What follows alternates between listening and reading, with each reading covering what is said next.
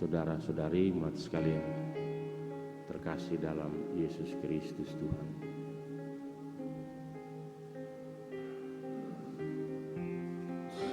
Mewartakan kebenaran, membawa kebenaran, menghayati kebenaran merupakan tugas dan tanggung jawab buat kita semua sebagai orang beriman akan Allah, akan Yesus Kristus.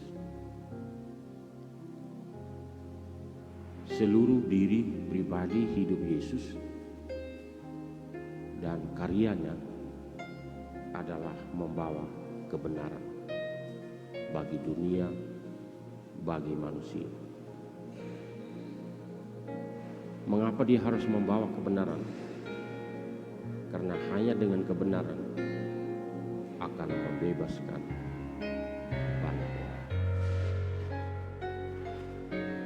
Dan Yesus tahu bahwa untuk membawa dan meyakinkan tentang kebenaran harus hidup di tengah dunia, di tengah manusia, penuh dengan risiko, penuh dengan tantang, penuh dengan kesulitan. Bahkan Yesus sendiri sudah memberikan teladan. Ia mati karena menghayati kebenaran. Ia mati karena mewartakan kebenaran. Ia mati supaya kebenaran itu sungguh hidup di tengah umat, di tengah manusia. Bapak, Ibu, Saudara-saudari sekalian, Injil yang barusan kita dengar menggambarkan kepada kita tentang risiko yang dialami oleh Yohanes Pembaptis karena ia menegur Herodes yang mengambil istri saudaranya. Yohanes Pembaptis tak segan-segan, tak takut sedikit untuk menegur seorang raja yang namanya Herodes. Mengapa? Karena ia tahu hanya dengan menyampaikan kebenaran kebaikan ia bisa membebaskan, ia bisa membantu. Dan Yohanes mengalami risiko, ia harus dipenggal. Memang itulah risiko yang akan dihadapi oleh setiap orang apabila dalam hidupnya ia membawa kebenaran, ia mengajarkan kebenaran, ia menghayati kebenaran. Dan sebagai orang beriman Katolik, kita semua mempunyai tugas dan tanggung jawab yang satu dan sama. Melalui hidup kita, melalui karya kita, melalui pekerjaan kita, melalui tugas-tugas kita, kebenaran itu harus dibawa. Kebenaran itu harus hidup. Kebenaran itu harus dihadirkan buat orang lain. Walaupun kita semua tahu bahwa kebenaran itu penuh dengan risiko, kebenaran itu penuh dengan tantang.